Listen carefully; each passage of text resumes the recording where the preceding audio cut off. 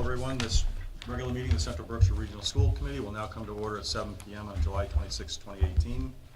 Just to note, this meeting is being both audio and video recorded, and if anyone's recording this meeting in the audience, please disclose that now. Seeing none, we'll move on. All who are able, please stand for the Pledge of Allegiance. I pledge allegiance to the flag of the United States of America and to the republic for which it stands, one nation, under God, indivisible, with liberty and justice for all. Okay, thank you. Superintendent, please take roll. Dr. Kraft-Reese? Here. Ms. DiTomaso? Here. Mr. Farley? Here. Mr. Gazzillo? Here. Mr. Hagmeyer will not be here tonight. Mr. Hopper? Here. Mr. Locatell is not going to be here tonight. Mrs. Latazori? Here. Mr. Less? Mr. Peters? Here. Mrs. Tucker? Is not here. Mr. Wagner? Here. Be late. She's going to be late.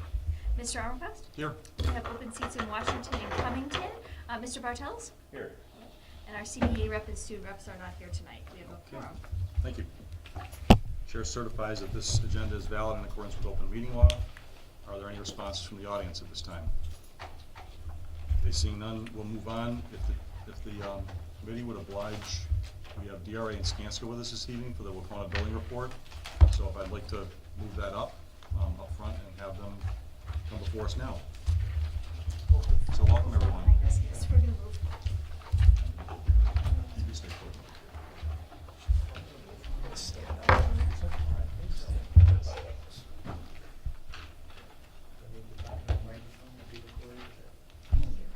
Tim will get you. As long as you don't whisper, you should be fine. Oh, you want to talk to the MSBA? Good evening. Carl Franceschi with DRA, for those who don't know me. Dale Caldwell, Skanska for the open. Just quickly to bring you up to speed on where we are with the project. We've been at this for a while now and had a very successful process this far. We'll share that with you. Just to refresh who the players are. On the team, obviously, we are happy to be in front of you. We technically work for Sean's other hat that he puts on as chair of the building committee. Representing the town, and we always like to point out too, there's this other partner called the MSBA as part of all this process too, that you probably know. That stands for the Massachusetts School Building Authority. And you have a wonderful representation of building committee members on that group.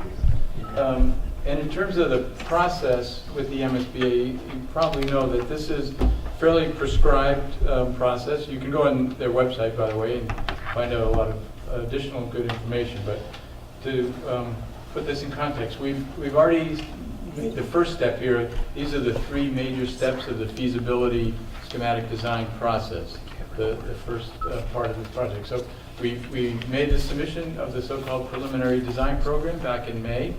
It included the educational program that the administration worked on, with help from the community and the visioning sessions and so forth. We did, and our team did a review of the existing conditions of the existing building and summarized that, and we generated the sort of a spectrum of alternatives at that time. We submitted that, we got comments from the MSBA, and we responded to those comments, and we're moving on to this next section here, which is called the preferred schematic, or really the preferred alternative, because we take these alternatives and get down to one at the end of this phase. And so this is a very sort of opportune time to meet with you, because we're right in the middle of winnowing that list down. We want to share that with you. But so we'll update the educational plan as needed. We'll show how we're evaluating the alternatives and get down to that preferred option. If all goes well in that step with the MSBA, we will then move on to developing that one option with more detail, more information, so that a good cost estimate can be done and really put together the full scope of the project, the budget, and the schedule, and submit that to the state in February, with the goal of eventually going before the board at their April meeting and then going before your entire region. For them, that's when the citizens can vote on this project to move forward for the full amount in the spring. As we understand, discussion is in process, but there's no date yet officially for that. Is that right, Laurie? As we understand, but that's a district-wide vote, regional vote there. Carl, what's the date in April? It's usually the last Wednesday of the month. Yeah, it's usually at the end of April. It hasn't been established yet because they wait until like vacations and stuff. So by the end of this year, we'll have a better feel for it. But it's definitely in April. We'll target it. You can't have our community vote until after that? Generally, technically you could. Most everyone waits till after that. Yeah, the board, MSBA prefers that you wait until after they have the opportunity to approve the project. Some districts have pending approval from the MSBA. So after April, you could have it the next day, if you will, or into May. So just to recap, I'm sure many of you are familiar that we got to that educational plan by conducting these visioning sessions that were very well attended and very meaningful, had a lot of significant input. And the idea is that this process, designing a school of any kind, whether it's addition or renovation or new, it starts with the education plan, and it's based on that. And that really shapes a lot of our decisions. And a couple of the key things that came out of it, this sentence is an important one. We think that Wacona offers comprehensive opportunities. It sort of has, the opportunities of a large school, but with a small school feel. To us, that's one of the kind of guiding principles as we move through this. But there were several other things that came up too. We won't go into all the details, but we did talk about these kinds of educational issues, these kinds of facility issues, and different styles of teaching and learning that should be involved in whatever project is developed. And again, all this was done almost a year ago, or before we even thought about teaching and learning, or whether it's an addition or new construction rather. A couple of the key diagrams too that came out of it was the idea that it would be most successful to organize the building in sort of these clusters or pods of classrooms, which have a variety of classroom sizes, some small ones, some large ones, that actually have connection to a science lab and small group rooms for breakout and for special ed, and some collaborative space of some kind too. So you might contrast this with the way traditional schools have been organized along the corridor with similar sized classrooms. This is sort of significantly different than that. And if you put these together to make a whole school, you take several of these classroom clusters.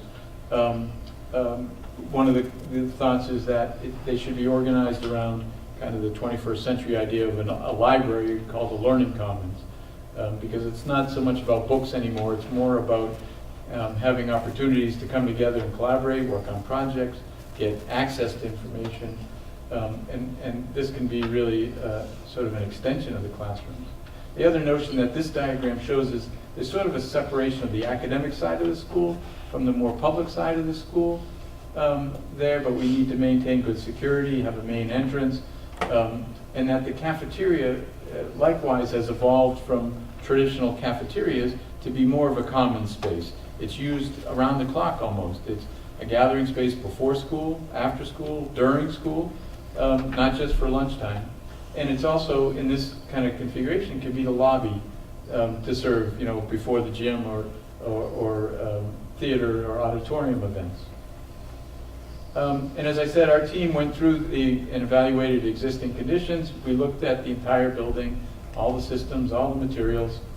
Won't go into too many details here, but we also looked at both what we call facilities issues, kind of the nuts and bolts of, does it keep the weather out, does it keep the heat in, and so forth, to programmatic issues about do the spaces match up with current standards and good practices for classrooms or whatever kinds of spaces they are. Are they appropriately located and so forth? And these are some of the findings, maybe not surprising to those of you familiar with the building, but there are a lot of systems and materials in that building that, though it's been well maintained, they're 50 years old or more. Some original equipment still in there, and some things, definitely would need to be addressed, even if a project didn't happen, for sure. There are handicap accessibility issues. There are some other building system issues there too. And this quote kind of sums up the nature of the mechanical electrical systems that, again, most things are kind of beyond their expected service life. The building is over 50 years old.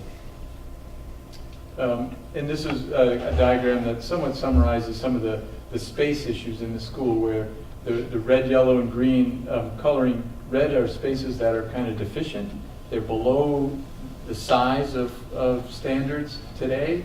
The green are ones that are okay, and the yellow ones are kind of in the middle. They're marginally acceptable. But some of the real issues here are the science spaces in the building, and some of these existing classrooms are pretty significantly below standards. They're small for their function. So these are some of the deficiencies that we've noted in our report. This is all what was in that first submission to the state. One of the other things that we do as part of this phase of the project is list every space in the school as to what size and numbers they are today and what's proposed growing out of that educational plan. How many classrooms do we want? How many science labs? How many breakout areas? What size classrooms, and so forth.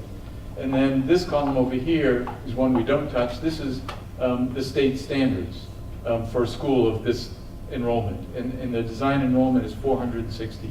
That was decided in kind of a negotiation between the district and the state well before the project even started.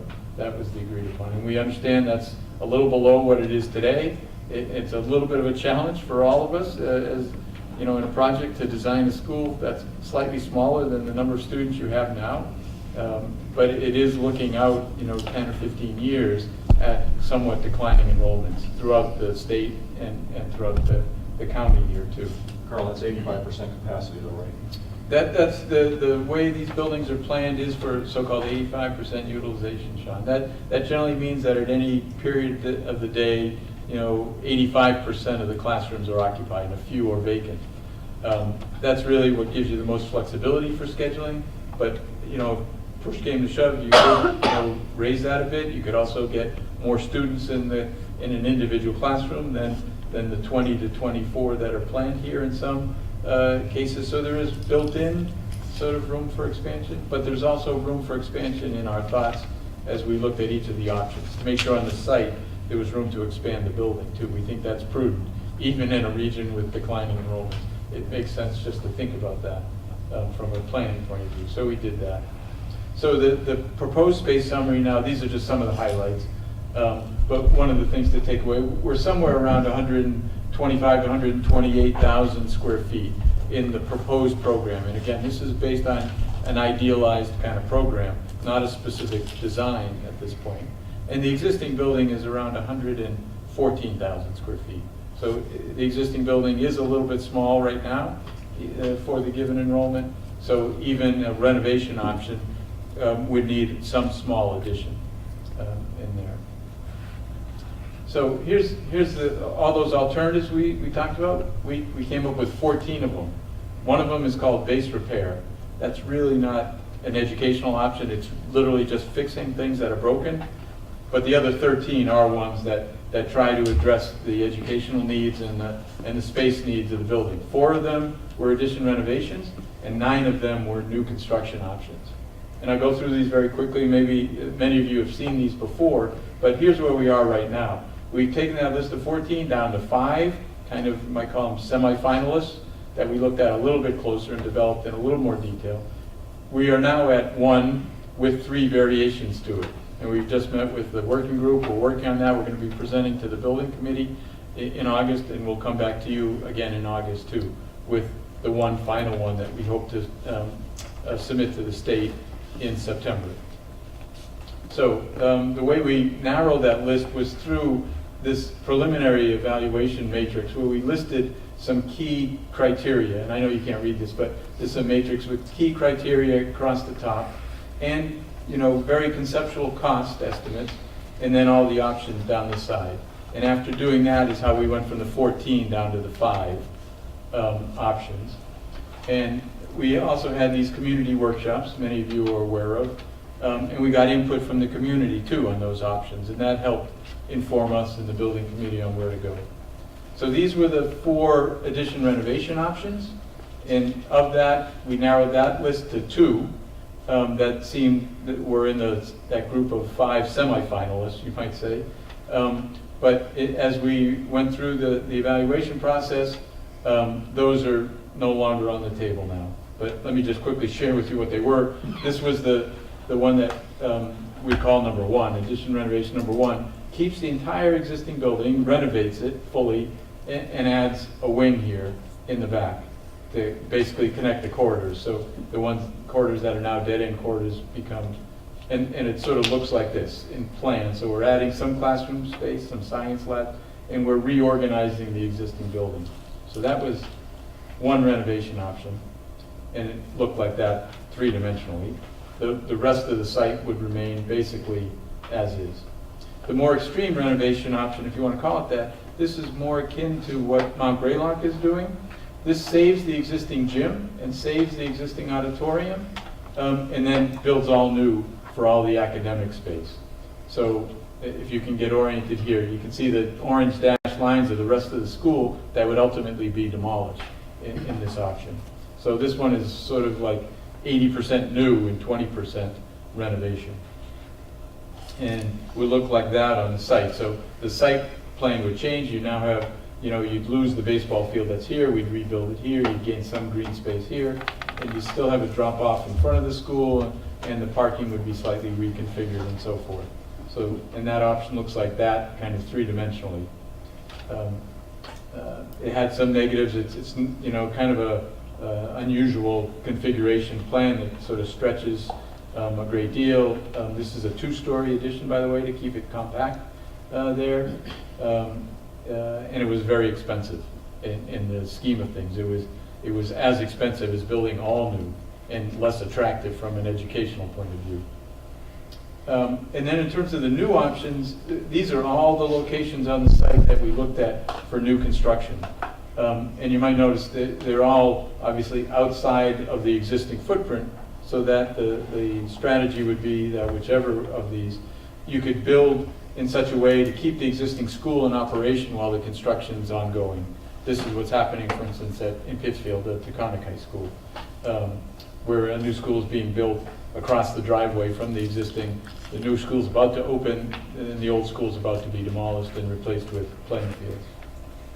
So of those 6 locations, there were some variations. So we actually ended up with 9 total new construction options here.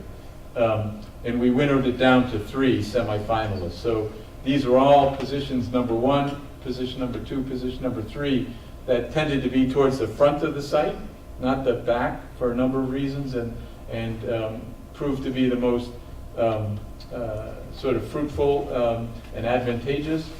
And in the end, this is the option that we're pursuing, is option 2 in terms of location, but we do have variations now of the footprint. You might notice, see, the configuration of the building is slightly different, but the location of the building is the same in each case. So it's sort of in site location number 2, but the preference is for new construction located somewhere here. It's sort of half on the baseball field, half on the existing parking lot.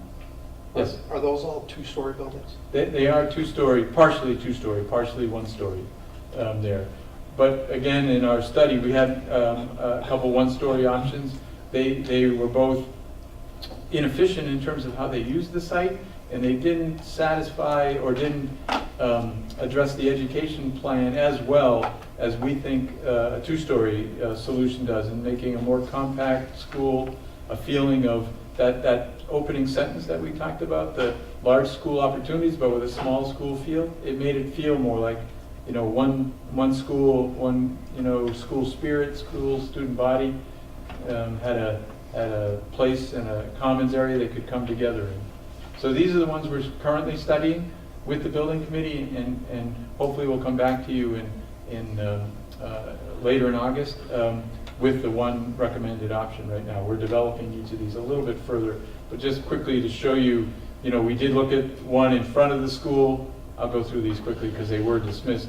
A more linear kind of building there that barely fits, but could be built in front of the existing school, adjacent to the road. Right there, you can sort of see how close it is. We can still get a bit of a bus loop there with some parking off it, but most of the parking is around back or on the sides of the school in that option. So here's option, the site plan number 2, as we said, has the advantage of, you could build the entire school here adjacent to the existing building, maintain that access to get back to the kitchen service area. That driveway still would exist right there. So what's being disturbed during construction is the parking lot and the baseball field. But the entire rest of the site and the school could operate as it does today. And here's the footprint where, again, there's the 2-story portion of the building.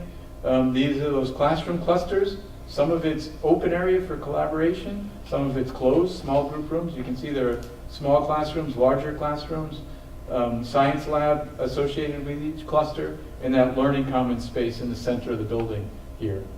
And on this part of the building, here's the main entrance. Here's the secondary entrance over here. There's the auditorium and music rooms. There's the gymnasium and locker rooms over there. And the commons area, the cafeteria commons area, is in the middle of the building there. So that's the one that has a couple variations to it as well. There's the second floor. And the variations are, like we said, closing off this courtyard instead of keeping it open. It changes the circulation. Now you can sort of flow around the building. And it also keeps this kind of secure, you might say. If you let students out there at lunchtime or something, they're not going to wander off. And likewise, strangers aren't going to wander into it either, so to speak. So those are kind of the differences there. Again, the 2-story portion of the building with a main stair right here in the center of the building that relates to the commons below, brings you up here, and the 2 classroom clusters on the upper floor as well. And that's what that would look like 3-dimensionally. And the third option is slightly different now that it has a single entrance point here, still in the same orientation. By the way, the north is to the left here, so this classroom wing is facing south, which is the best orientation for the academic portion of the building. That was an important point that as we evaluated these options. I just want to mention that. But the difference here in this layout is kind of that central entrance and the way the commons relates to the rest of the building. So it looks like this. So there's still a central entrance right immediately adjacent to administration for security, still the gym on this side. Here the auditorium now is kind of buried inside the building, which is, which is actually a good thing in the sense that, theater wants to be windowless anyways, doesn't need to be on the outside of the building, but it makes for a more compact footprint, and it allows this common area to have more daylight outside to the south, so it would be a very bright space, and it becomes the heart of the school in that regard. It still functions as the lobby for these spaces. So we're pursuing this one as well. That's what the upper floor would look like. So as you come up these stairs here, there's the learning commons now on the upper level, again, between the 2 clusters of classrooms. So very similar adjacencies, very similar kind of components, but you can see there's kind of subtle differences. And we'll pursue this a little bit further and come back with one recommended option. Carl, just real quick. Yes, Richard. What's in that space above the learning? If you go back 2 pages, is it locker rooms, the gray area? Above Yes, the learning commons? this is the servery, since this also functions as a cafeteria. So that's the servery, that's the kitchen. This is the back of house, mechanical, electrical. Okay. So everything that's in gray is kind of back of house, Okay. non-student areas. Every building kind of needs a back door. You have deliveries, you have trash, you have boiler rooms. This, in this case, puts the boiler room kind of in the center of the building, which is good for distribution of heating pipes and so forth, right there.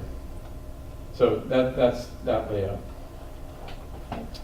We looked at one, this is a more linear scheme. It's no longer oriented south though now. That's one of the negatives of this option that we looked at, even though it's similar classroom clusters, but just to show you that we did look at all these different options. And then we narrowed it down, as we said, using these kinds of criteria. And again, this came from feedback of the building committee and the community as well as to what's important. The evaluation isn't purely based on cost. It's not as though we design each of these and they all have equal qualifications, so we just choose the lowest cost.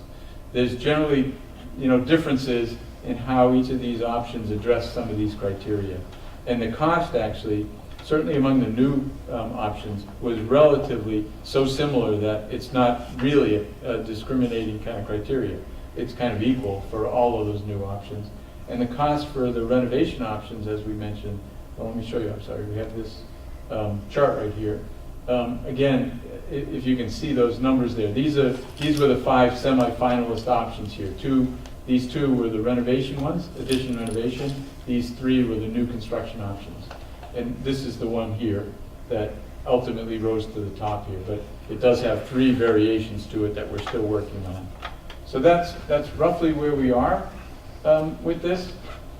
Still developing those 3 options, and we'll develop them 3-dimensionally as well as from a cost point of view. We'll look at them a little closer to fine-tune the cost. We're also working on the cost of the base repair option and the addition renovation options, just to make sure that those numbers are on par with the new construction options in terms of how much detail goes into them. So that's what's ahead of us. And as we said, the goal of this next phase is to make the submission by early September. I think it's September 12th. 12th, yeah. September 12th. So we'll come back to you. I think we're planned for August 23rd. You have a meeting scheduled for that date. We hope to get on that agenda as well. We'll be meeting with the building committee likewise at a similar time too. And so we can come back to you with one option and get your blessing to submit this to the state. That's where we are. Good. Any questions? No? Thanks for your attention. Yes. I just have some comments. Sure. I really like a couple of things about the design. That you're going 2 floors, where it's more efficient for heating. It is, yeah. And also, in the future, we may have year-round schools. So I hope you're doing what we did in Nessacus here.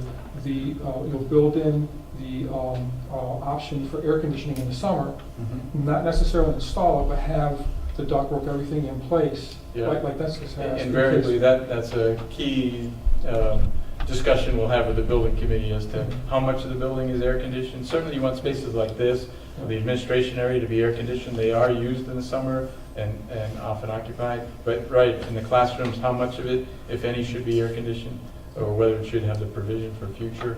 Exactly, we should have the option in the future. Yeah. I also like the fact that the cafeteria is centrally located right next to the auditorium and the gym, because then you can use that as like a reception area, staging area for events, especially when the weather's bad outside. Yeah. Okay. Yeah, we agree that's a great way to get sort of multi-purpose out of a space. By locating it strategically, you can save on space and get multiple uses out of one space. Right. Yeah. And I have a comment for the rest of the school committee. When I first came on board about 16 years ago, they were looking at replacing Wacona at the time because it was already starting to have troubles with it. And that eventually got kiboshed because of the transportation budget. The state pulled the funding, and there was a whole bunch of financial issues there. But at the time, a new school would have cost anywhere between 25 and 40 million, and here we are 15 years later paying double. So let's do this now before we have to pay double in another 10 years. Yeah, one of the points we make too, that base repair option is also something to consider, in that those are repairs that we believe are going to be necessary within 5 to 10 years anyways. So if no project were to happen, it's not as though you're off, scot-free. You still have that responsibility for spending pretty significant money on your own dime without the reimbursement of the state. Yeah, remember too, you have a partner called the MSBA, so it's your tax dollars coming back. So like Carl said, 10 years from now, who knows where you're going to be? You spend all this money on your own. Yeah. And I was all for replacing the school back then, but it didn't happen. So, While we're talking about cost, just one other thing, I always like to make a point of, you may know your reimbursement rate is something like 54%, I think it is. And of the numbers that we share with you, please don't do the math where you multiply that number times 54% and think your share is the balance, because unfortunately, invariably, there are always some costs that are not eligible for reimbursement. So technically, the 54% is 54% of eligible costs, and the entire project cost is not going to be eligible. We can guarantee that. You can't design a school today that meets the quality and size and so forth that you want and you need, you deserve, for the thresholds that the state imposes on these projects. It's just their way of keeping costs down and making it uniform across the Commonwealth. So they set the bar pretty low, unfortunately. So invariably, they're going to be ineligible costs. So the effective reimbursement rate is going to be significantly, 10 or 15% lower than that 54%. Just so you understand that. And don't let the word get out that people start doing the math right away. We need to guard against that. Yes? Yeah, the plate that you plan bringing out, it'll take up the parking area. Where do we plan on parking when it's during the construction? Yeah, we've thought about that from a preliminary point of view. Let me go back. Well, I guess we can use that slide right there. When the school is under construction here, what we intend is, see this parking here? This is in the front yard of the school currently. We would propose that actually gets built before the project starts. That permanent parking gets built first and used as temporary parking, so to speak, during the construction phase, because you're right, this big parking lot that sits up here is going to be out of commission. This entire zone, will be fenced in and be the contractor's purview for construction activity, but we want to make sure that the driveway that gets you back, to the fields and to the service area, that would stay open. And so to the extent that this parking here doesn't satisfy the school, we would envision some temporary parking back here, back by the boiler room and the auto shop. In that area, we may have to expand the pavement a bit on a temporary basis for temporary parking during construction. But we certainly would, that's in our planning and in our thoughts. Thank you. Yes. Can you give me an example of something that would not be reimbursable? Yeah, the biggest one, as I said, is just the pure cost of construction of a new school or a renovation. But MSBA sets the threshold as to what they'll reimburse, up to $333 a square foot right now. They do periodically change that, raise it. But the current cost of construction is more like $450 a square foot for, reasonable, appropriate, 50-year lifespan construction. So right off the top, that difference is not eligible for reimbursement. That's probably the major one. There are some others, like site work, even though, the cost of building these fields or this parking lot, those are eligible for reimbursement. Once they exceed 8% of the cost of the building itself, that's where they cut off eligibility for reimbursement as well. And again, invariably, to build any kind of building with related parking and fields, the site work is more like 10, 12, 15% of the cost of the building, not 8. So again, that gap, unfortunately, is not eligible for reimbursement. And then there's a host of little things too, but those are the major ones. Oh, one other, I'm sorry, that is important, the size of the auditorium. We've heard a lot of, concern. The state would only reimburse up to an auditorium that houses 2/3 of the enrollment. So in this small school, relatively small school, with a a design enrollment of 460, that's only, what is that, 200 or maybe 300 seats, something like that. That's half of what your current auditorium is. And people understand that's not sufficient for this community or this school. So we are designing an auditorium put in the program 550 seats. So that difference, again, that space on a prorated basis is not going to be eligible for reimbursement, and the district will need to pay that 100%. So when the time comes for us to go to the voters, we will know what is reimbursable and You what. will, very precisely. It just, like you said, 72, 54%, okay, 35 is what you're gonna pay. So Yeah. we will know what it's gonna break out as. You will, and we'll even do a preliminary breakdown by town. That assessment is based on average enrollment, right, Melissa? Yes. 5-year average, or? For capital projects, it's based on the October 1 enrollment, not 5-year, Oh, just okay. that 1 year. Okay, By town, by children in the building. right. So we can do a preliminary, that changes each year if the enrollment changes a little bit, so it's hard to be definitive, but we couldn't predict for each town what their share of the district cost will be But we'll have very precise numbers by that time, next spring when the vote comes. Okay, thank you very much, appreciate it. Thank you.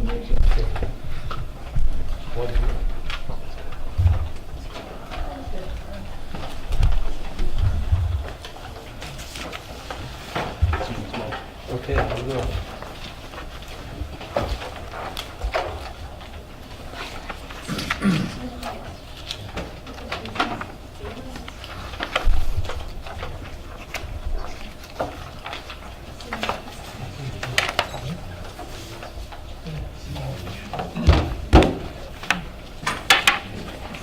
Okay, we'll get back to the agenda. Secretary's report. Would a member please make a motion to accept the minutes of the meeting of June 28th? Okay, we got a motion and a second to accept the minutes of the meeting of June 28th, 2018. Is there any discussion? Seeing none, all those in favor say aye. Aye. Any opposed? Abstentions? Motion carries. Would a member please dispense with the warrants? Move warrant number 2018-53 dated June 30th, 2018, in the amount of $167,347.90. We have a motion and a second to approve warrant number 2018-53. Is there any discussion? Seeing none, all those in favor say aye. Aye. Any opposed? Any abstentions? Abstain. One abstention, motion carries. Move warrant Two number abstentions. Move warrant number AP 2018-54 dated June 30th, 2018, in the amount of $40,512.09. We have a motion and a second to approve warrant number AP 2018-54. Is there any discussion? Seeing none, all those in favor say aye. Aye. Any opposed? Abstentions? Abstain. Two abstentions, the motion carries. Move warrant number AP 2019-AP1 dated July 13th, 2018. This warrant was previously signed in the amount of $1,043,746.66. We have a motion and a second to approve warrant number AP 2019-AP1. Is there any discussion? Seeing none, all those in favor say aye. Aye. Any opposed? Abstentions? Abstain. Two abstentions. Motion carries. Move warrant number PR-2019-1 dated July 12th, 2018. This warrant was also previously signed in the amount of $419,387.47. We have a motion and a second to approve warrant number PR 2019-1. Is there any discussion? Seeing none, all those in favor say aye. Aye. Any opposed? Any abstentions? Abstain. Two abstentions, the motion carries. Move warrant number PR-2019-1D dated July 12th, 2018, in the amount of this warrant was also previously signed in the amount of $74,607.19. We have a motion and a second to approve warrant number PR 2019-1D. Is there any discussion? Seeing none, all those in favor say aye. Aye. Any opposed? Abstentions? Abstain. Two abstentions, the motion carries. Move warrant number AP 19-2 dated July 26, 2018, in the amount of $576,765.86. We have a motion and a second to approve warrant number AP 19-2. Is there any discussion? Seeing none, all those in favor say aye. Aye. Any opposed? Abstentions? Abstain. Two abstentions, the motion carries. Move warrant number PR 19-2 dated July 26, 2018, in the amount of $423,507.47. We have a motion and a second to approve warrant number PR 19-2. Is there any discussion? Seeing none, all those in favor say aye. Aye. Any opposed? Abstentions? Abstain. Two abstentions, the motion carries. Move warrant number PR 19-2D dated July 26, 2018, in the amount of $156,272.07. We have a motion and a second to approve warrant number PR 19-2D. Is there any discussion? Seeing none, all those in favor say aye. Aye. Any opposed? Abstentions? Two abstentions, the motion carries. Move warrant number 2018-53 dated June 30th, 2018, in the amount of $167,347.90. Second. We have a motion and a second to approve warrant number 2018-53. Is there any discussion? Seeing none, all those in favor say aye. Aye. Did I say something wrong? Okay. Any opposed? Abstentions? Same. Two abstentions, motion carries.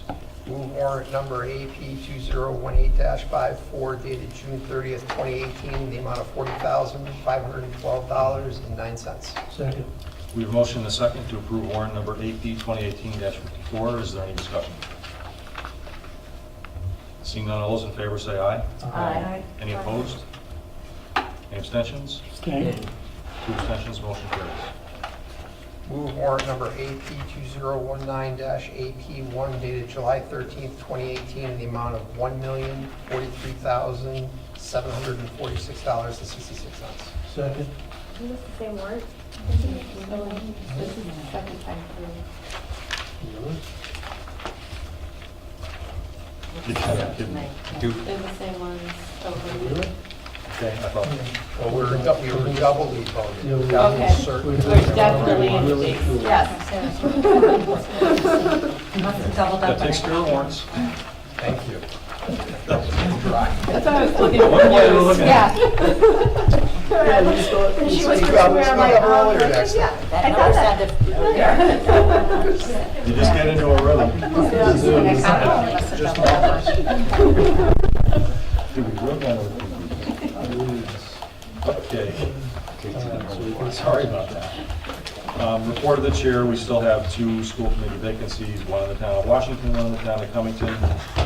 We have the school committee election, the seats that are going to be due up for election this fall.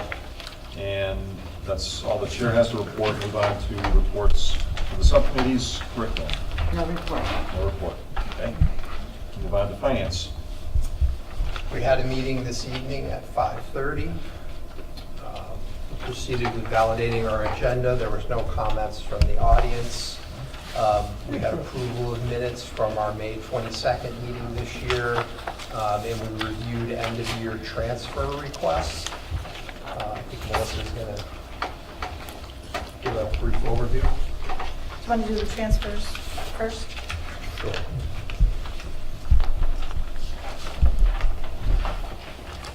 So you have a transfer sheet in front of you, looks like this. And really all this is to balance the budget at the end of the year, move money from surplus accounts to overexpended accounts. And the explanation on the right-hand side tells you exactly what it was used for. You'll see some transfer from salary lines to substitute lines, and from other accounts to, for building improvements during the course of the year. So the total amount is $354,625. Are there any questions on the request? How much of the floor are we up to at Craneville? This will bring us down, you know where the kindergarten part is with the Yeah. big opening? I think it brings us right down to there.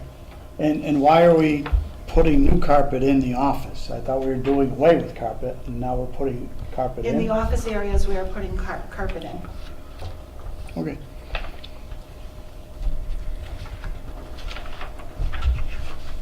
Mr. Less. It's my imagination, during the year, didn't we have a few transfers as well too? So normally, when I first came on the school committee, the only transfers we did was at the end of the year. And this is normal, this is an average amount. But during the year, there was very little transfers until the past couple of years. So why is that?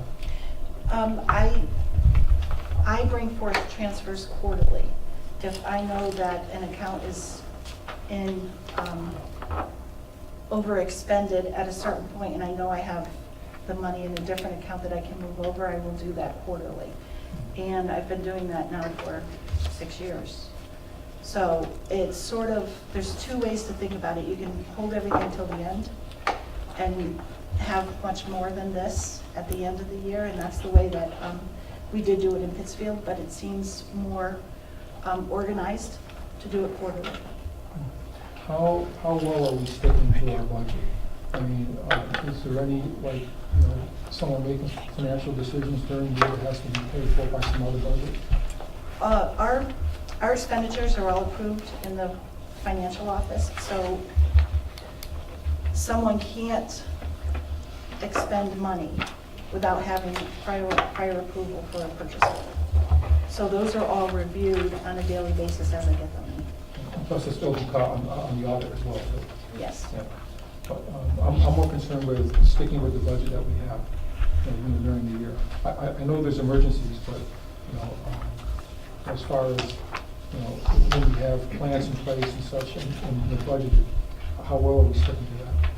I think it's more unexpected personnel matters if we don't. I don't know if we're not sticking to it, but say, for example, somebody's out on a leave unexpectedly in the subline that goes farther than we thought, or somebody leaves and there's a balance.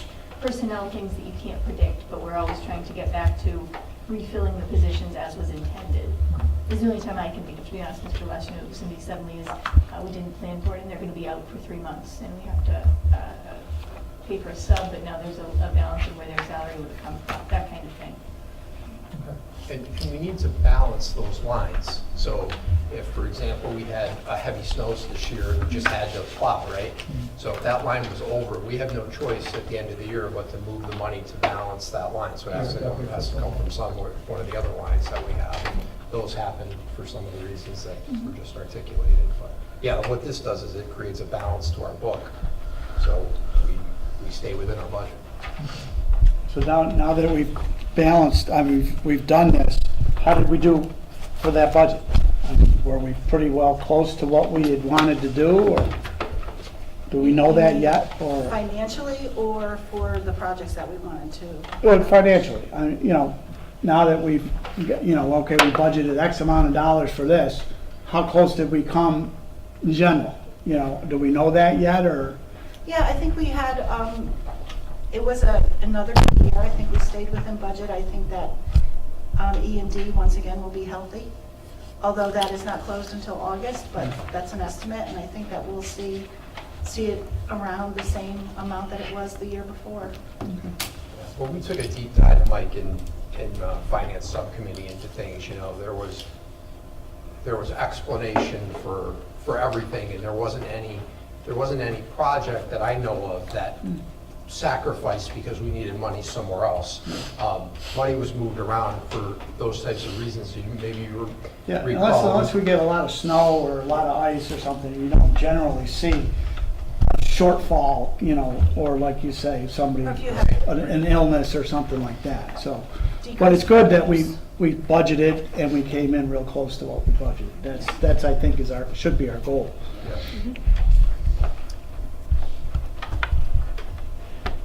Any other questions? I'm going to make the motion then. Be it resolved that the Central Berkshire Regional School Committee approve the FY19 end-of-year budget transfers in the amount of $354,625 as recommended by the Finance Subcommittee. Okay, we have a motion and a second for the FY18 end of year transfers. Is there any discussion? Seeing none, all those in favor say aye. Aye. Any opposed? Any abstentions?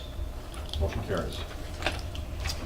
Chair, we have one other motion to read tonight, and this is the approval to deposit transportation reimbursement funds received in the FY18 budget to the regional transportation reimbursement account. Funds to be used in the FY 2020 to offset transportation assessments.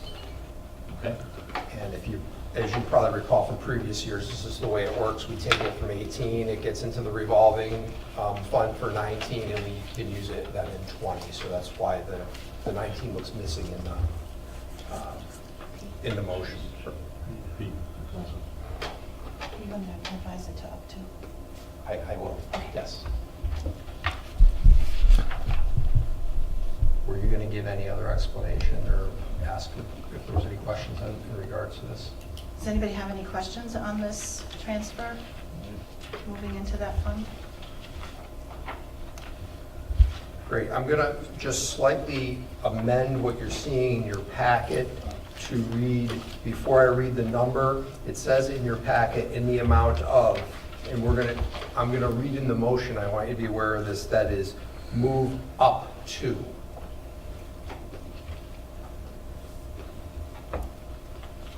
So I'm going to read the motion.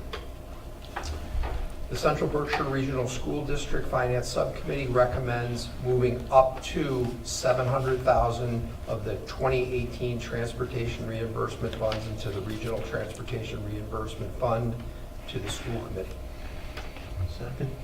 Okay, we have a motion and a second for approval to transfer the 2018 to 2020 account. Is there any discussion? All those in favor say aye. Aye. Any opposed? Abstentions? Motion carries. That's the end of our report. We'll be meeting again the 23rd, immediately prior to the school committee meeting. Okay. Thank you. Policy, Mr. Heidmeyer is not here this evening. Does anyone have a report for policy? Haven't met. Okay. There is a meeting, though, coming up soon, right? I'm waiting for a confirmation on early August. Okay. And personnel. Michelle Achel's not here this evening? We heard that. Okay. I guess I'm going to share the services position. When did every person know that they haven't met on it? It's not coming endorsed by them. Okay, we're going to move forward with that motion, right? Mm-hmm. Okay. You want to go forward with that, your explanation? Sure. So I had spoken to Mr. Luckatell, who wasn't able to be here, but about that there wasn't the ability to get a personnel subcommittee meeting together for the personnel committee to vote on this, but we put it under personnel as it seemed to be the most appropriate place for it to go. And I have reached out to talk to Mr. Less as well via email, given his role as the technology subcommittee chair. So we were presented with an opportunity earlier that doesn't make sense. We were presented with an opportunity towards the end of the school year from the superintendent in Adams Cheshire, who has previously worked with Mr. White, who's our technology director here in Central Berkshire, and obviously thinks very highly of him, as do we. And like us, they're looking at different ways for shared services and to start to pilot some ways of sharing services where we may have capacity and they may have a need, or vice versa. And knowing both Mr. White and Mr. Sturgis, who is also exceptionally skilled, Dr. Putnam, thought there was a chance we may have some capacity. It happened to line up for us at a time where right now we have 2.5 approximately staff members in the technology department, Mr. White being the technology director, Mr. Sturgis being the assistant technology director, and then to date we've had a 0.5 technician. What we looked at when we said, could this be something that's a reality for us? So what Adams Cheshire needs is they need somebody with Mr. White's level of skill set who can supervise, who can provide the management. They have the day-to-day manpower, if you will, of people who are in the buildings and setting things up and that kind of thing in a technician role, but they're looking for a technology director with the capacity of Mr. White, but they do not need that person full-time. So when we sat down, and this was something that Mr. White was quite open to it and excited about, that this could be a good opportunity for us, for Adams Cheshire, for him as a professional, and to pilot some shared services, we said, how could we make this happen without any impact? Well, at the same time that this conversation came up, our technician, who was 0.5, was retiring. So we said what we really are is we're very, very well staffed in the leadership management roles in technology, because we have Mr. Sturgis, who is very capable in that area, Mr. White, who's obviously extremely capable in that area. And if Mr. White was not to be here, however, they both pick up a lot in the technician roles because we only have 0.5. So it's not uncommon it's actually very common to see them, plugging things in or climbing through things to get wiring done and those kinds of things. So we said if we could make this happen without a disruption to our services, we could really restructure and get a full-time technician. Mr. Sturgis would be here full-time, and what Adams Cheshire is looking for is about 0.4 of Mr. White's time per week. So we would stay whole in our 2.5 FTEs. We're just restructuring the position. So we would have a full-time technician When Mr. White was not on site, as is the practice right now, Mr. Sturgis would assume the full responsibility, as he does right now, and Mr. White would still be here about 3 out of 5 days a week. It's a very flexible agreement. Adams Cheshire is obviously in support of it and does want to go forward.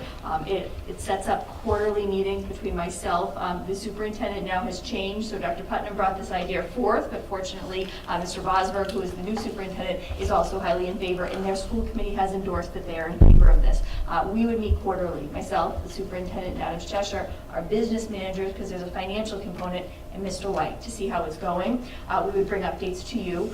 It is flexible in that it can be modified if we feel the need at any time. Mr. White remains a full-time CBRSD employee, so we're in the driver's seat in that way.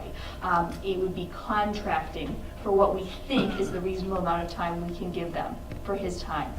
They would pay us on a monthly basis, 0.4 of his salary. It would begin on August 1st. Any of the movement between the building and the mileage and those kinds of costs in Adams Cheshire would be paid by them. And we would still be fully the employer of Mr. White for evaluation and benefits and those kinds of things. The reason we're bringing it forward tonight and not waiting until August is what I talked about with Mr. Locatell. Understandably, they want to start this now, because some of the busier times is obviously starting the school year. And for Mr. White, if he's going to get on board, he'd like to do it now when they're actually getting things started, so he can get a handle on what's going on there. So I would certainly recommend it. I would not be recommending it if I did not feel that Mr. White is fully confident in it, as is Mr. Sturgis, and that we can do that. They have been interviewing, and they do have several candidates for a technician position, and they will fill that within the next week or so. So that is a recommendation I'm bringing forward. I think it's a nice way for us to try with minimal risk and some possible good benefits, shared services. I'm open to any kinds of dialogue or questions there might be about it. I would say probably my only concern would be, the impact of the staff that we think so highly of right now. And if they're on board, then it sounds like a good idea. But I would just hate to see any disruption in who we have. Right. I guess.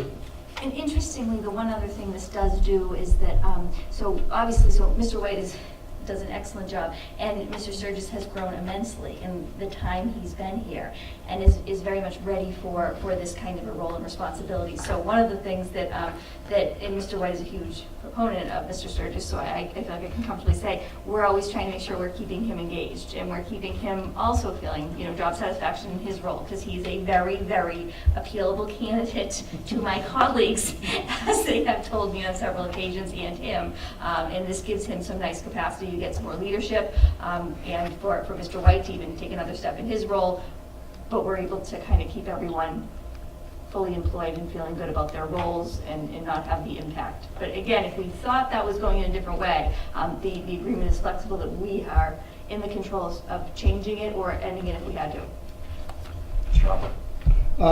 Now, we had decided to go to 3 full-time IT people as it was already, didn't we? Not in my time. We've always had, since I've been here. It's always been 2.5, we weren't Always gonna been. go up. Exactly. Correct, yeah. So I worry that, what is it, about the same size district, a little bit smaller? So they only have 3 buildings. They had 3 Or buildings, they but, 2 now. Two. They have 2 buildings on a campus. yeah, 2 buildings at the one campus and then the one school Yeah. down in Adams. Well, my worry is that at any given time here, at the busiest time, MCAS time, what if something happens and Rick is as good as you are, can't be in 2 places at once? And that worries me. I just feel like, that's an awful lot to ask, and we're translating a salary job into an hourly position, because we're gonna put him there for 16 hours. He And I would know have Rick. flexibility, though. That is one thing, Ms. Chopper, we did talk to as well. The one thing that I do, and this is with all due respect to Mr. White, because he deserves it, there are not situations that would occur that'd be very unlikely that Mr. Sturgis cannot handle it. He is a capable Oh, technology. no, I absolutely have It's all more the the faith in the world in him. It's more the manpower you're kind of thinking of. They have a heavy infrastructure. They have people in place. They need a manager. And it is going to be, and that was something I was adamant about. You're absolutely right. This is not the kind of role that Mr. White can say, I will be there every Monday and Tuesday, no matter what. The discretion is fully his to schedule how he will be there. So if it's a portion of days, if it's flexing time, he has that discretion as the director to decide what he can do. Right, I mean, we have a, you know, a duty to him to make him feel wanted and everything else, but we also have a duty to make him not feel like, you know, this is his whole life. You know, if we put too much on and he gets burnt out, then we're SOL. So that's my worry. I know you're capable, I know Joe's capable, and whoever we're gonna hire will have the best, you know, the best training that's available, but I worry that, you know, can be a very stressful thing. It's not just like at home where you just unplug it. We talked for now in my time, we talked for several years about these shared services. We've dipped our toe in a little bit here and there. We have an established agreement with Pittsfield for the transition program. This is a big step for us, and this is really what the committee's asked for, and it's what the community's been asking for. And are there risks? Of course. And are there benefits? I do think there are going to be benefits. What I like about this way of starting is that we're in the driver's seat, and it is exactly what it is. It's a pilot. If it doesn't go well, we can end it, but if we don't try, I think we've got to try, and this is a good time for us, because we're always talking about how there's been missed opportunities at times, because you have capacity and someone has a need, have to line up. And a big part of this, where we have a great technician, we wouldn't be looking to move away from him. But the fact that he's retiring and that we can give a full-time technician is a big factor. And the capability of Mr. Sturgis and his abilities are a big factor, lined up with what really Adams Cheshire needs. What they really are looking for is they're looking for the management that Rick can provide. But when it all shakes out and you hire your one person, can we get a report on how much savings there's actually going to be? Yeah. Because if there is, you know, if it comes out that there is none, I would hate to put the pressure on him to do that if there's no real savings. So if we can come up with a number and say, and that'll help everybody out, because, hey, look, this is what they did. Maybe we can do that. Exactly. So the savings are, depending on exactly what you said, and the savings are going to be between about $22,000 and $25,000, depending on where the hire comes in at. Yeah, I know it's only, you know, it's not a very, it's a quick ride from, say, like my house to, you know, Hoosick Valley. It's not too bad at all. So I wouldn't want to do it in the winter, but, you know. First of all, I'm all for this. If we can combine services and maybe, you know, add other schools on to it, that would be great down the road. When I first read this, I had some serious concerns, specifically with the staffing. And I went back and looked at budget requests in past years, and I couldn't do the past 2 years because you denied the technology subcommittee open access to your budget in the fall for the past 2 years. So I went back the years before that, and I found that the technology coordinator director asked for a full-time for the past 5 years before this. I do take issue with that.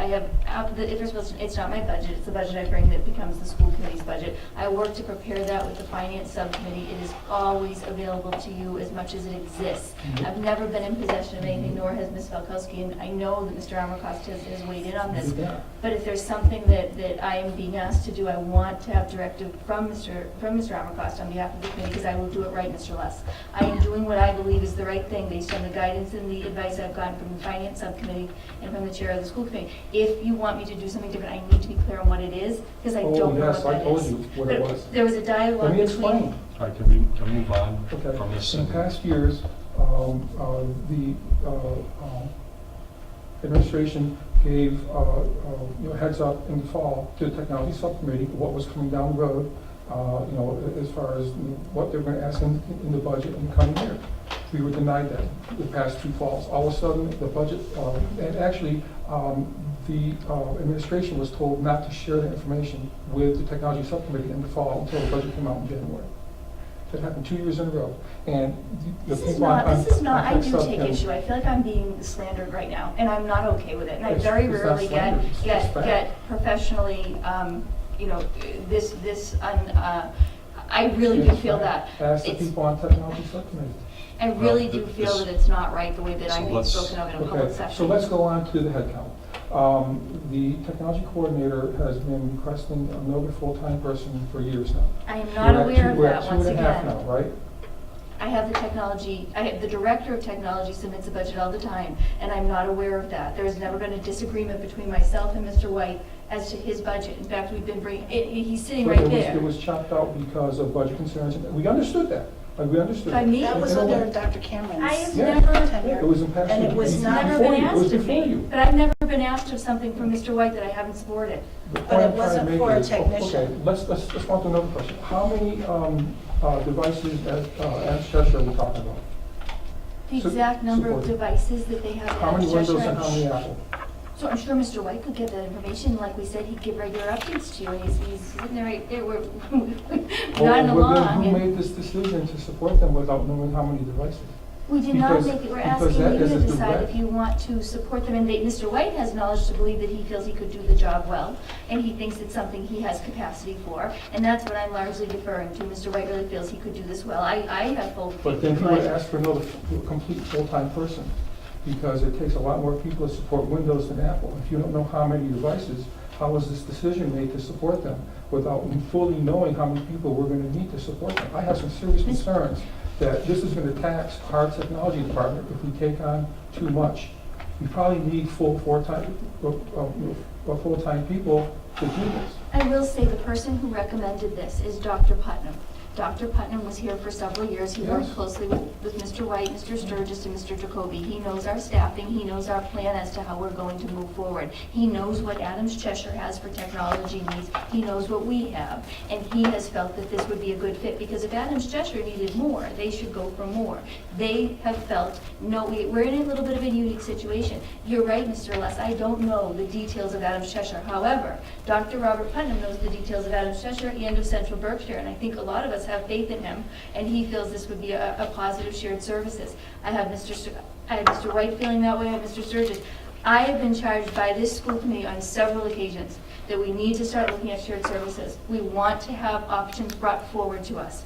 I am doing that. I'm bringing an option forward to you, and I'm giving my professional opinion that I think it's a really good one. And I think that what we can do with the staffing we have here is sustain the quality we currently have.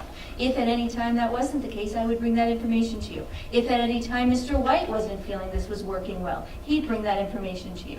And if at any time Adams Cheshire felt that way, they'd bring that information forward. But what I'm doing right now is I'm presenting to you what I think is a really good opportunity for a shared service agreement with a district not too far from us who has a need, and we believe we have a capacity that it could come together as a nice marriage. It is not, however, it's a one-year contract with multiple exit provisions if it doesn't go well, both in the short term and at the end of the contract. If it goes well, it's totally up to you if you want to continue with it.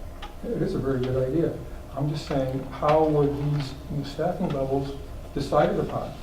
With talking with Mr. White, who runs the technology department, that what we would need for this to be done well, right now there is capacity, we are top-heavy. There is capacity with Mr. Sturgis and Mr. White. They are exceptionally skilled. They do their jobs exceptionally well. But in order for it to happen, we don't need more of that. We do need another half of the technician. It's gone well, there's a nice dance. Paul and Joe and Rick run a wonderful department. Sometimes our service here is almost, it's too quick. I mean, I said that to you. It's too quick. I mean, for instance, the bar right now, people don't need to wait 2 minutes. It's fast food. I mean, it's with excellent quality. I guess it's Chick-fil-A, the quality fast food. It's excellent. But there's never even a 2-second delay. We are spoiled by Rick, by Joe, and by Paul. But I'm not saying we shouldn't be spoiled. So I said to Rick, I'm not saying let's be a little less spoiled, and maybe people have to wait 5 minutes, and maybe sometimes I have to wait 5 minutes, which is fine. I said, how do we need to sustain the fact that we're spoiled? He said, we need another half-time of Paul, and I need that position to be full-time, and that would work. I said, would that work? Yes, we believe it will. Could we be wrong? If we are, we're going to bring it to you and ask you for more. But right now, we believe that that will work well. And I'm just being honest. Based on my I don't think it will. conversation. I support this whole endeavor, I really do. I just don't support the numbers. I don't think you're, putting the right resources, the amount of resources needed into this. In fact, you don't even know how many devices there are. Yeah. Do you want to add to this, Rick? Can I just say quickly that I'm in support of this as well. I think I can do a good job for Adams Cheshire and Central Berkshire. It is a pilot though, so we're going to find out. We don't know yet. Let's see where this leads. That's all. But can I just ask Rick a question? They do have support in Adams Cheshire. They do. They do have people who do what you're thinking that Joe and the How new many? technician are going to do. I think they have the two. list. They have Yeah, two, I believe this coming year, they'll have two half-time people at the middle and high school Okay. and a full-time person for their elementary school. And how many devices? I don't know that yet. They're mostly Mac though, Yeah. Mac and Chromebook. Okay, So, that'll help you a lot. yeah. Anyone else? Ellen? I was just gonna say, it sounded, while I understand your point of how many devices and do we have enough support, as Mr. White was saying, they have the technical staff there. They're just looking for someone to oversee the technical staff.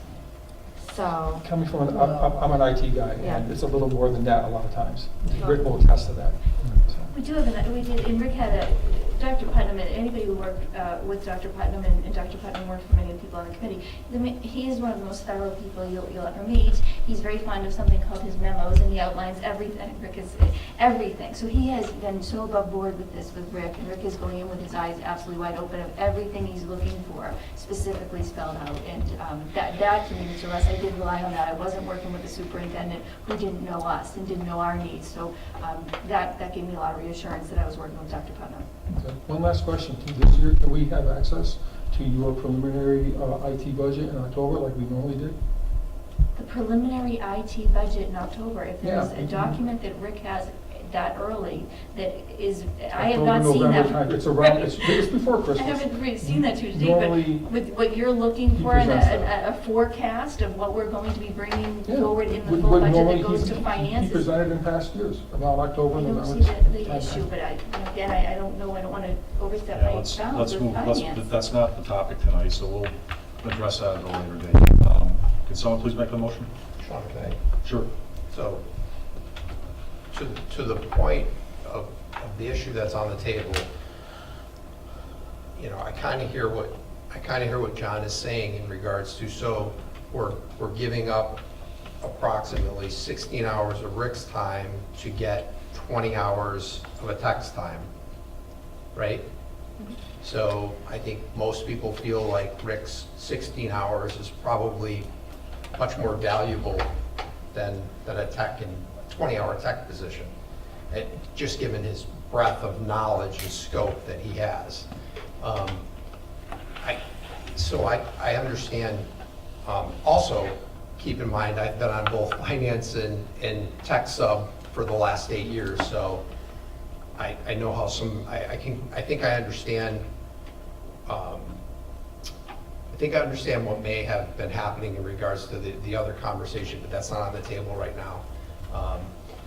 But I do have, to John, I'm in support of this, but I think from a tech subcommittee, I'd like to take a hard look at, one thing is the job description, and I wouldn't keep this from moving this forward, and I would vote to do this, but I think we need to take a hard look at Rick's job description, because I think he's probably, over time, been really pulled out of that job description, and I think to do this effectively, he really needs to probably stick to the job description that's there, because he's been a tech a lot of the times. And then that kind of goes back to John's point is, so what are you really getting out of this exchange? I think we should pilot it, we should go forward with it, but through tech subcommittee and through the budget process this year, that may not be enough, and we may have to add a little more tech time in to really support. I mean, we're going device for every student this year. So that puts a little bit more burden on our system here. Not that we don't have excellent people, and we'll have 20 more hours of tech time than we've ever had, but that honestly, in the loss of Rick's time, may not be enough. But I think we should move this forward. I think through tech sub, we should work with the budget process and see if we really need to expand that a little bit more. It's on the agenda. item. So here's a suggestion, that we would have our first review of this in October. The second meeting in October, it can come to the school committee. That's not a full quarter, but it's close enough. At that time, if there's some preliminary numbers that tech sub can get, everything, I would suggest that everything go to tech sub for the initial evaluation, and then bring it to the committee. So you can plan on meeting, how's that? We're meeting September 10th. Okay, but this would be for late October. Yeah. So plan a, Oh, for the budget, okay, yeah. well, no, plan a meeting for late October for, first to talk about the evaluation of how this is going. But then if there's something to bring forward for the budget, a projection at that time, Okay, okay? will do. Sounds good. So can I move that we Absolutely. agree to Well, why don't you read the motion, please? Shared services position under personnel. Mary, Yeah, please. be it resolved that the Central Berkshire Regional School Committee approve entering into an agreement with Adams Cheshire for the technology director. Second. Okay, we have a motion and a second to approve the shared services agreement. Is there any discussion? Seeing none, all those in favor say aye. Aye. Any opposed? Abstentions? Motion carries. Do you have a report this evening, John? No, we have not met. We are meeting September 10th. All right. And I'm putting together, I have several items on the agenda now. If anyone else has any items they want to add, please contact me. Okay. We've already heard on the building project. Is there anything else you wanted to add? No, I think that was it. So you August heard- 23rd is the next meeting. Yeah, you heard that this evening, and that Mhm. coincides with our school committee meeting. Is that right? Yep, it does. Okay, good. The one other thing I just wanted to make a side note of is that with the building project, I know for a while with Trooper Andy Canada, you know Andy, it's great, so I don't need to describe Andy. So he had advised, and as have some of my colleagues who have gone through building projects as superintendents, that a public safety subcommittee would be formed. It'd be a very small group that would be able to work pretty flexibly with probably our building vice principal, Steve Messina, Trooper Canada, Chief Coe, our fire chief here in Dalton, our emergency response responders, Jason Dion, a couple people like that, usually gets into place in the later part of the fall because any of the kinds of things they might be recommending would impact the overall budget for the project. So I know that's a concern, as it should be, and that is something that's going to be put in place this fall, and we have some great people willing to participate. I have a question. We saw a couple of different designs of the one project model that they're considering. Have the law enforcement individuals like Drew Canada had any input into any of the versions that have been discussed by the working group? Because I know there's another option of 2A that was presented tonight. I'm wondering if they had any input into that. The option that we might all have, like the instinct is not probably going to be their favorite or ours. No, they have not. We on our retired chief of police is on our school building committee, Mr. Bartels. But we did have a plan to bring them on board. They did have some early opinions that some of the options that were way in the back, Yeah. Yeah. the soccer field, Yeah. that's not good. And that open So- courtyard is. So we do have some input, but not comprehensive, and I think our plan is to try to get that from both Chief Coe and Trooper Canada. Yeah, and I think that one that Bonnie is referring to, there's a pretty strong consensus for a lot of reasons, both safety and others are, it's not ideal. The third option, Yes. 2A3, seems a little different from what the local school building committee looked at, so I just didn't know if Trooper Canada had had any input that would make that more desirable. Okay, certainly show him. I can certainly show him. I'll see him again, what, Friday? Okay, the next order of business is superintendent's report. So just a couple of quick things, and then I'm going to defer to Leslie because I would like you to hear from her. So we've been over, obviously, the shared service agreement. I am trying to highlight things because it's keeping me also focused on it, of where we are collaborating and using resources to gain things we might not be able to do individually. So the first one is the Fab Maker Initiative, and really that was a product of the Superintendent's Roundtable, which is coordinated by Bill Ballin. So all the superintendents in the county meet on a regular basis, and we've been looking at ways we can share services or we can work together together to get grants we might not get individually, combine resources for professional development. So we did receive a grant. Leslie was, again, an integral part of this, of getting this for Central Berkshire, and of lobbying for us to not only get one for our elementary, but also for our middle school. So we will be getting those machines, and we'll also be getting the training for them completely free of charge through this grant. And the one at the middle school will go to Dave Lennon, and it will be incorporated into the course that he currently teaches as part of the Explorer program. So I don't know a ton about it right now, other than what I've read and what I've learned through the process. But once they're up and running, maybe I can have some of the teachers who are working with them come in and give you some real examples of what the kids have been able to create in 2D, 3D through the machines. So definitely we'll do that. Quick update on the Nessacus. Can I Oh, just- sure. Having read that, and I think it's great, and they can make some really, my daughter went crazy on it in college, making all sorts of goofy stuff.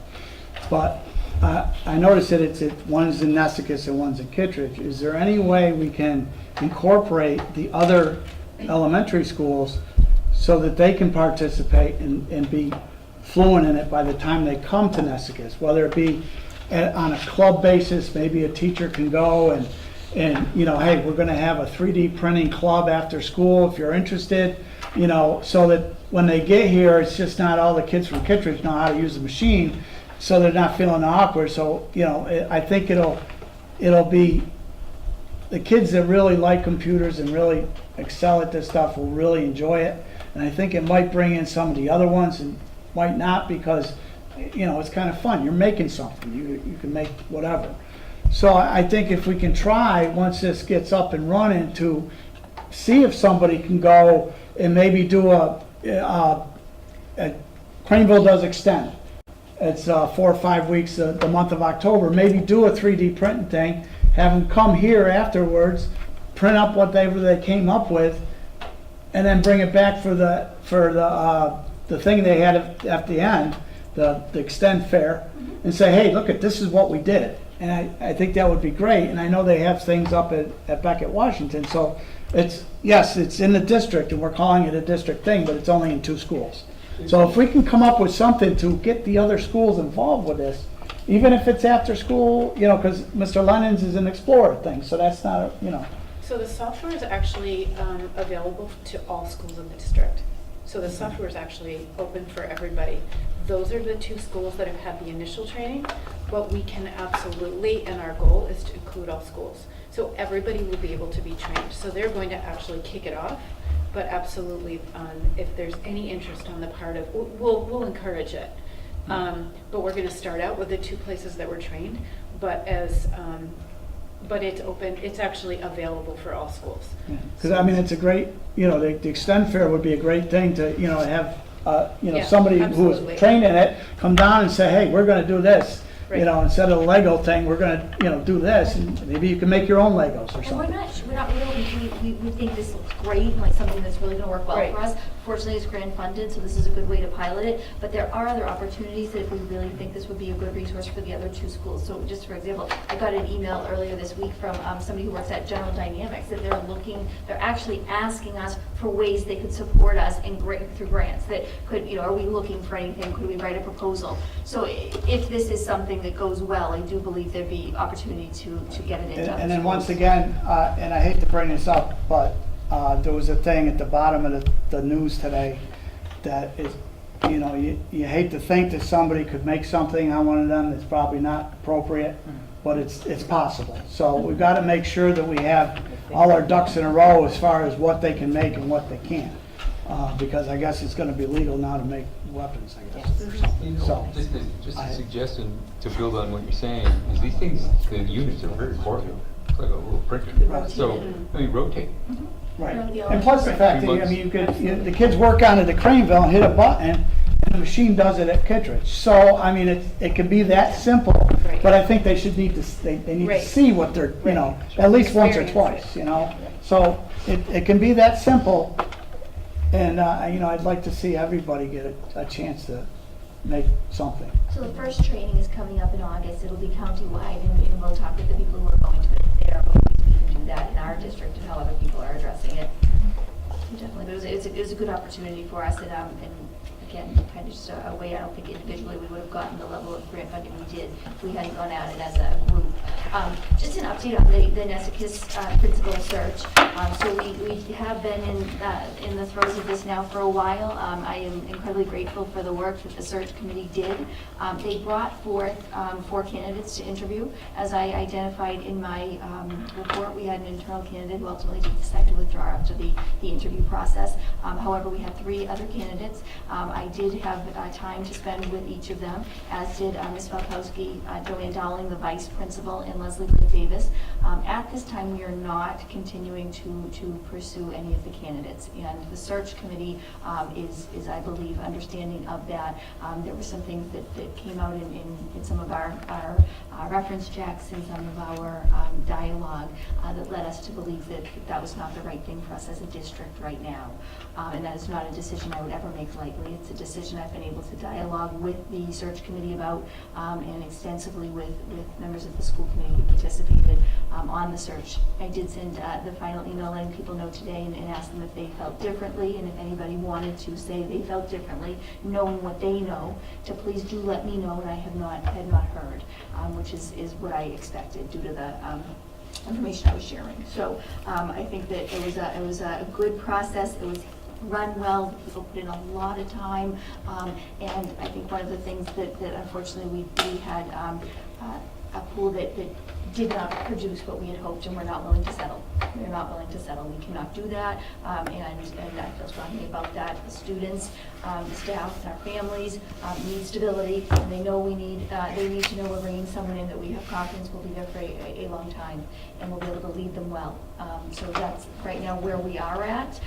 Leslie has been incredible and is still the acting principal at Nessacus, and is continuing to get the work done however she has asked, and I absolutely am going to honor it, that she not continue after August 15th. She's not a licensed middle school principal, and she has a full-time job as the director of teaching and learning that she's got to get back to, and I say that even knowing that she's working around the clock doing both, but that is her role. So I have committed to her that will be our deadline, and that the position continues to be posted. I am going to have some dialogue at the beginning of the week with the teachers who participated on the search committee, as ultimately it is my responsibility to hire a principal, but it will have a big impact on them, so I want to have some conversations with them. Joanne, Leslie, as well as some of the other teacher leaders at Nessacus. And at that point, I'm going to make a decision. So by next Friday, I'd like to make a decision. We're in limbo at this point, and I think it's not fair for our families and our students or the staff. So that's where we're at. If you have any questions about that, if you want to dialogue about that further, please do call me. I'd be happy to do that. Please do. I will be in the office all day tomorrow, and if you want to ask questions or you want to talk further, please feel free to call me. I'd be happy to talk about it. But that's where I'm at. So on that, so on an uplifting note, not a really uplifting note. So Leslie Blake Davis, this is so uplifting, and this is awesome, and she deserves a lot more. This is really exciting. So some of you know about David Summergrad. He's a consultant we work with. About a while ago, I don't know, 7-8 years ago, maybe longer at this point, David Summergrad introduced me, connected me, brought me to know a man named Alan November. I'm not sure if people are familiar. Alan November, right? Alan November's global superstar, Alan November. He's one of those education superstars. Yeah. So Alan November, he runs a conference called the Building Learning Communities Conference in Boston. It has now become, it attracts people from all over the world. Thousands of educators go to the Park Plaza in Boston for 3 days, and you will meet people from all over the world there. It's incredible. And it's all about global connectivity and using student voice. Alan November, he has several books. He coined the phrase the $1,000 pencil. If you don't do anything with an iPad other than turn it on and type, it's a $1,000 pencil. Technology empowers kids to connect beyond their world, beyond the world right around them, that they can make global connections, they can understand things from different perspectives. That's what it's all about at its core. So Leslie, which is phenomenal, is quite incredible. Leslie has had this amazing connection with the Beckett Outdoor Corners, and specifically with their director, Steve Hamill, and a man in our community, Harry Yu. And that's how she went to China. That's how we've had the students from China here in our program. She submitted a proposal to Alan November to present at the conference. conference and was selected. I mean, this conference, this is like a cream of the crop kind of conference. This is in Grinstead, I believe, right? Grinstead. It's an amazing conference. Joe's been, a lot of our staff have been. Liv Bitts, who's our opening day keynote, she presents there every year. They have some. The man who invented Wolfram Alpha did one of the opening speeches. David Tahari is another teacher who gets really excited about it, was there. So it's really quite an incredible coming together of educators and of people in the field of technology. And so Leslie submits this proposal. They select it. And down to Boston go Leslie and Steve Hamill and Harry Yu. And so Leslie's going to talk a little bit about what she shared. And yeah, so it was pretty awesome. She's right there on the agenda of Building Learning Communities Conference in Boston. Go Leslie. So I'm just going to give you a little synopsis of what I presented to at the conference yesterday alongside Steve Hamill, who's the executive director for the Berkshire Outdoor Center, and Harry Yu. And Harry Yu is the director for an organization called Berkshire Adventures. Berkshire Adventures is our business liaison with China. So he would be responsible for recruiting students, working with families, arranging for flights. Visas are really, can be complicated. We don't always, students and families may want to participate in the program but are not always granted a visa, or sometimes we have visas granted at the last minute. So because of those things, he plays a very important role, and we really emphasize in our program the value of having this triad partnership. And of course, Steve Hamill, who's the executive director of the Berkshire Outdoor Center, plays a different role in this partnership, in that he provides the students with more of a camp opportunity. And Central Berkshire, and one of the things that I presented to the audience is that, for us, it's really a community. It's really a community goal for us, that or a community event, in the sense that this would not be possible if we didn't have administrative support, Lori's support, Melissa's support, your support, because there's a lot of behind the scenes things that happen in order for this program to happen. So initially, it was really just Steve, because I had a relationship with him, and already Beckett Washington had a partnership with him in a place-based environmental science program as part of our original innovation school. He called me because we already had developed what I would think of as a very trusting relationship. He said, I have students that will be visiting from China. Would you be willing to open up your school and invite those students in for a 2-week school experience? And he said, in return, and I think I've already presented, but this is just a little backstory recap. He said, in return, if you could recommend some students that would actually stay at the camp. He called it a kind of a stay at camp program, as opposed to the more typical international programs where students stay in homes. This is a stay at camp experience, and that's one of the things that I think does make it unique. And he said, we will, free of charge, offer a stay at camp experience to some Beckett Washington students and families that were comfortable, that teachers would recommend. And that's kind of how we got started. And I think our original goal was just basically, definitely, there's this huge piece of, yes, global connectivity, but I think our initial goal was just friendship. We just wanted the students to be friends. We just wanted them to have a reference point for what it looks like to have a connection with a student from another country. In this case, the country was China. So when the very beginning of our presentation, so just to continue that thought, it's evolved from there to what we term a more global, a global citizenship program. So we think of it more, Steve and I and Harry have gotten together multiple times and talked about what our goals are, what our purpose is, what we want the outcome for students to be.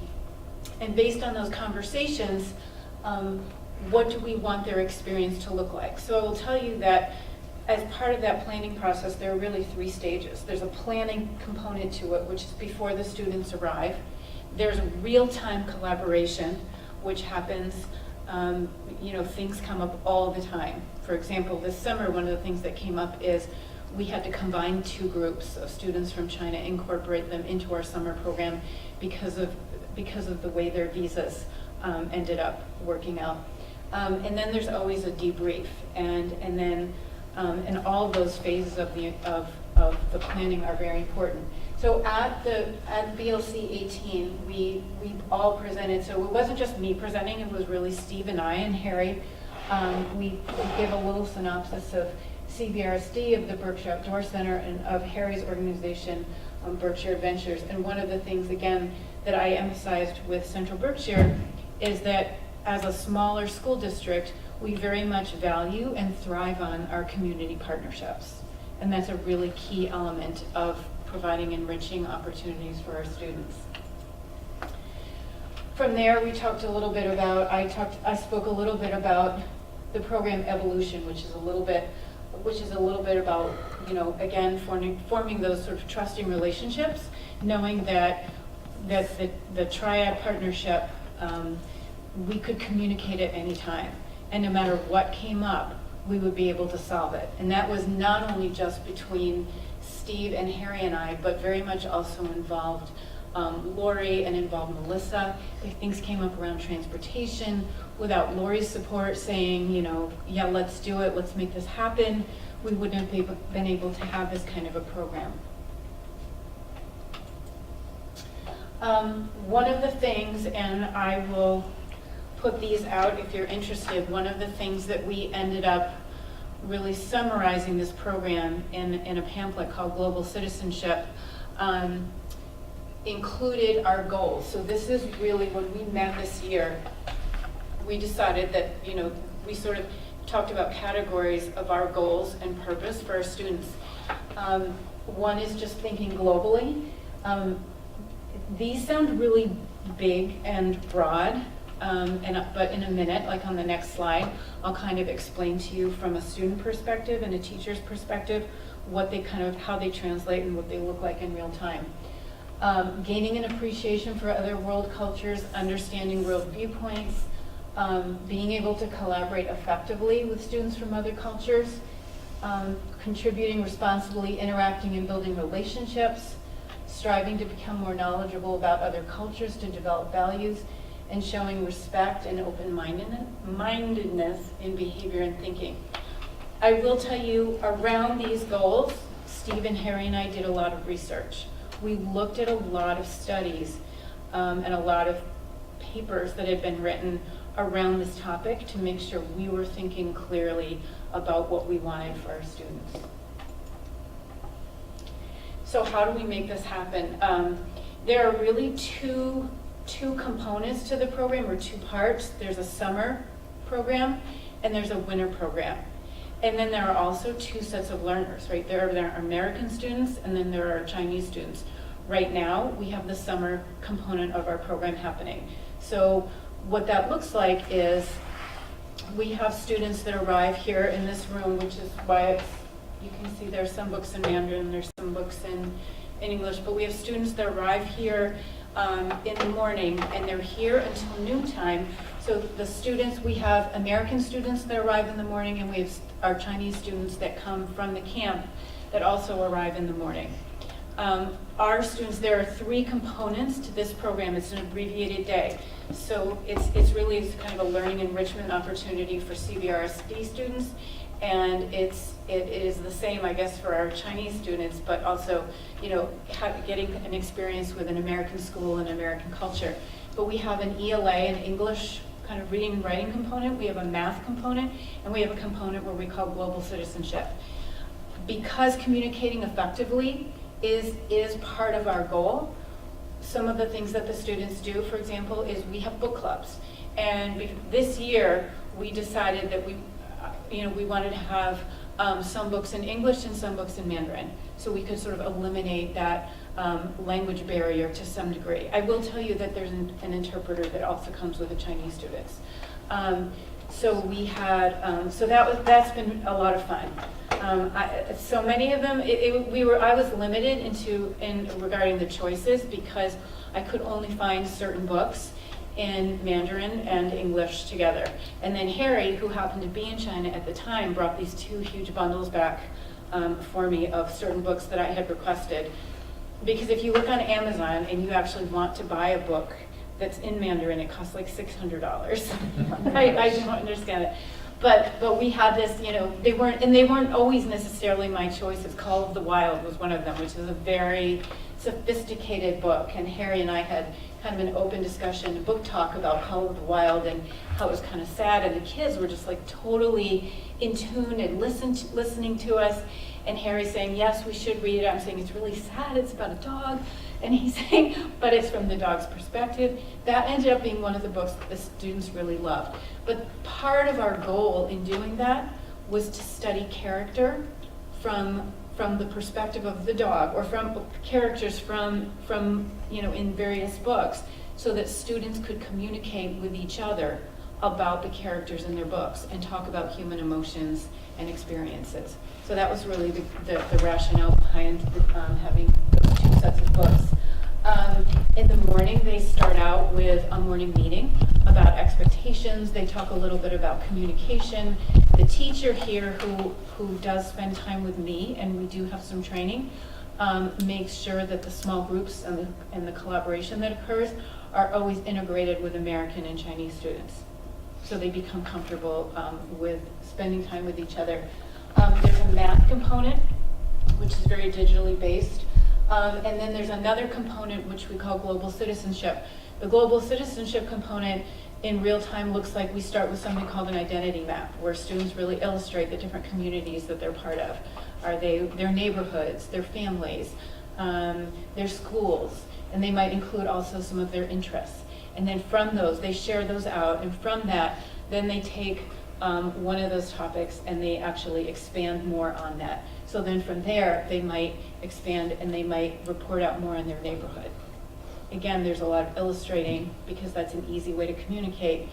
Writing that goes with their illustrating to whatever level they're comfortable with, and then verbally communicating about their neighborhoods. So that's continuing to happen. That's primarily right now. Like, we have a lot of lofty goals, as you can see, but that's primarily right now where we are in terms of rolling out their global citizenship and understanding where each of them, you know, their individual cultures. I will say, and then what happens is the students that are here around noontime, and this has been such a nice program this year. At noontime, all students, including Central Berkshire students that are involved, at no cost, go off to the Berkshire Outdoor Center.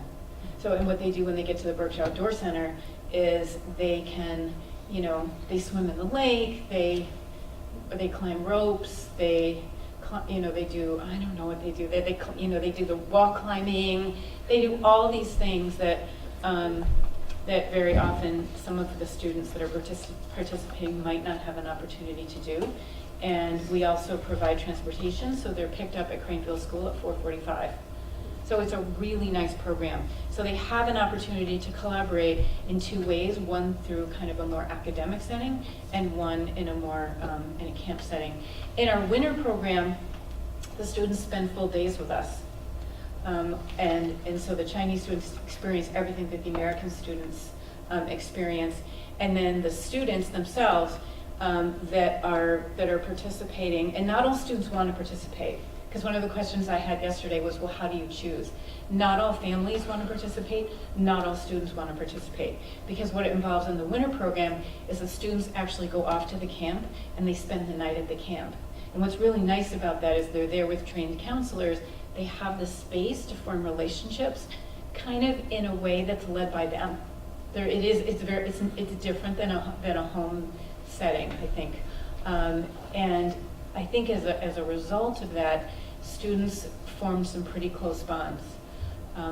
Maintaining that communication, which is a bit of a challenge, because students don't have access to Gmail in China, and they don't have access to Twitter. There are a lot of social media applications that students don't have access to, and email when they're there.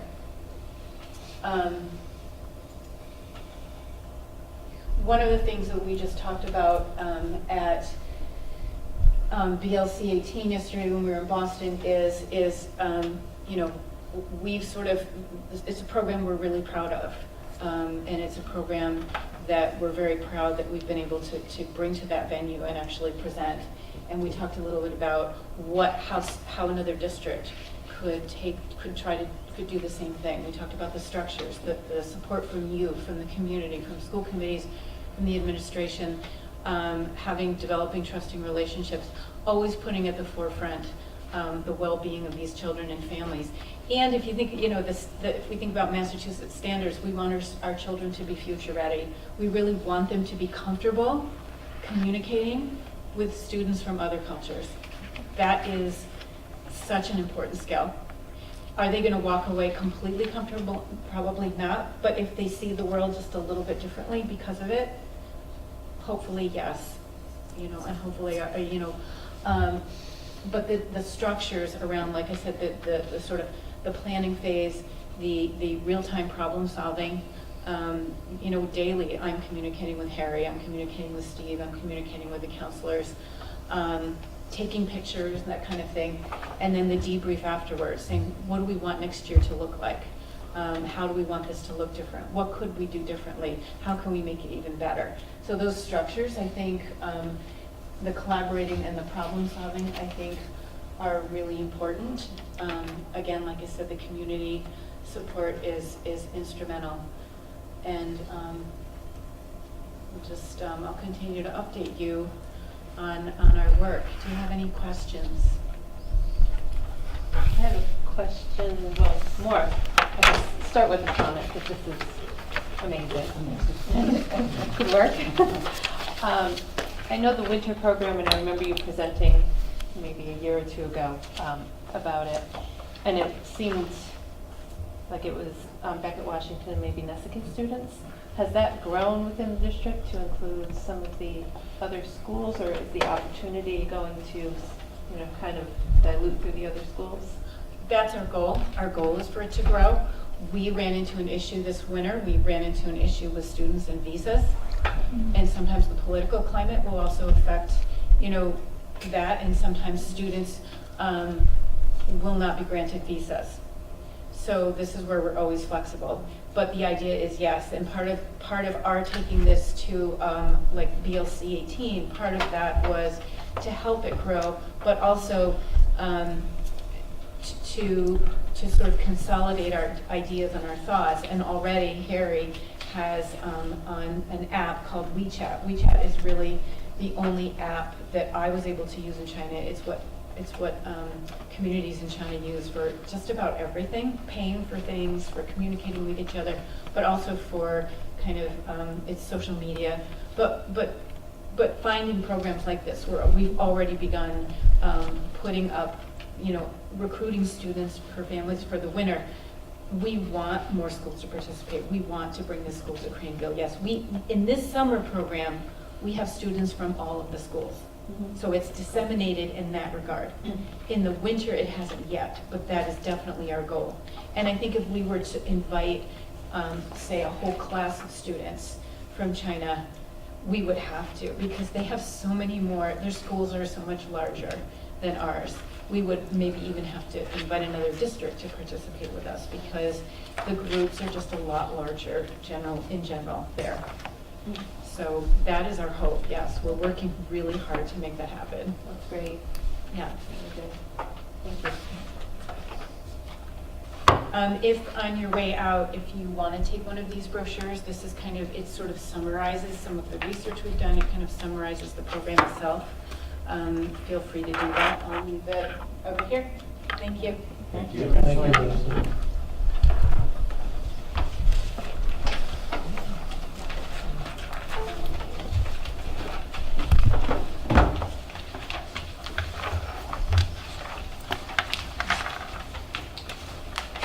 That about concludes our agenda this evening. Superintendent's made some notice of personnel changes, 1 exit, 7 incoming. I just take note of that. So just a couple on there that might catch your attention. So Joe Kovacs has resigned, which is a huge loss for us, but he's relocating, and we're happy for him, but that might raise your eyebrows of, that is a loss for us, but he's relocating and we're excited for him, but a loss for us. And Stephanie Clark is returning as a teacher.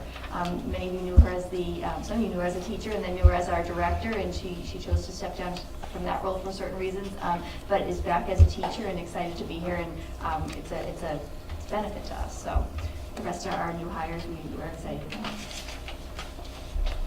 Okay, then we have no old business. Does anyone have any new business they'd like brought up at the next school committee meeting in August?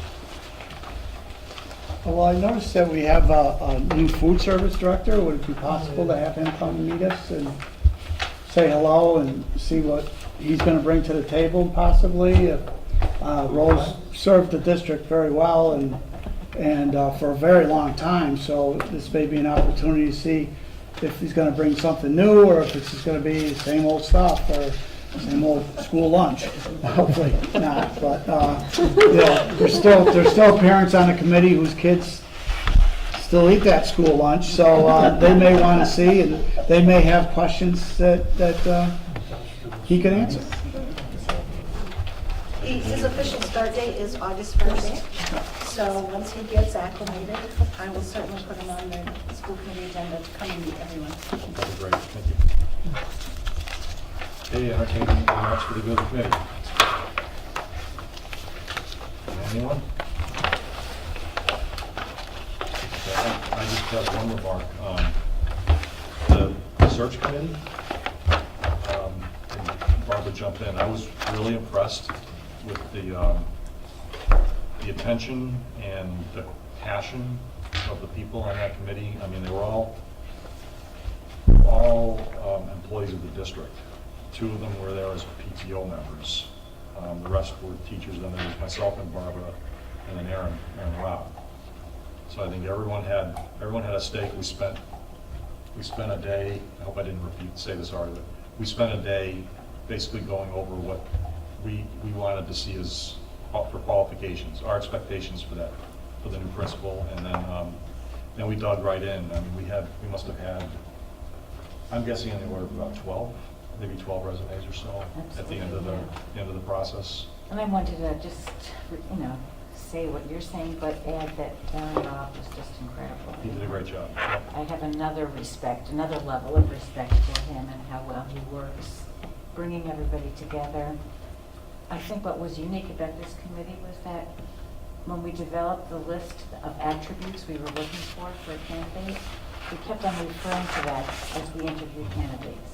So it wasn't just an exercise we did one day, but it was relevant to the whole search. Do they meet the requirements? Right. Yeah. So that was good.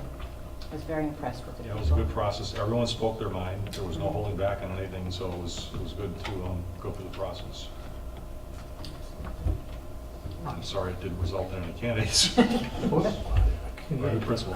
Can you explain a little better what happened? I mean, I thought we had a person. I mean, I think that I can say with confidence that when you interview someone, that's absolutely a component, and it's an important component. And we did interview educators who had a lot of knowledge and a lot of experience, and were able to interview very well. But the other components did not come out as solid. That when we had to do reference checks and things of that nature, we had reason to believe that this would not be a fit for us right now. So it was not about the interviews that the people gave. Sean and Barbara are right. We have people who have a great ability to, I think, not only talk about education, but are good educators. It's just a matter of some of the circumstances that came out would indicate it was not a fit for us. So are we back to square one? Essentially. But we're going to need to move forward, and we're going to need to do that within the next week or That's so. really too bad. Yeah, I think it's more important that we're back to square one, that we didn't end up with the right fit, the wrong fit. And that was sort of a driving force. We didn't want the wrong person. We wanted to make sure it was the right person. So when we learned additional information, I think we responded the right way, the prudent way. Correct. You're right. I mean, yeah, you gotta want. I mean, there was You want a very good person, so. right. I think Barbara spent a lot of time with background checks. Several other people did as well. Administration Probably went 2 times or 3 times that, just double checking facts and trying to reach out to a lot of adjacent people, so. And I really do respect the committee, 'cause it's very tempting on a search committee, you want to make a choice. And I think that you put in a lot of time, you want to end with a choice. And I think that what they did is they prioritized the right choice over having a choice. They're just saying, we just got to find someone. That was not the attitude. It was very open-minded of, we need to think of all factors and all information and really process it and be okay if we have to walk away right now, because we need a long-term fit. Okay. Anyone else? Entertain a motion to adjourn? Okay, moved and seconded. All those in favor? Aye. Meeting stands adjourned at 8:55.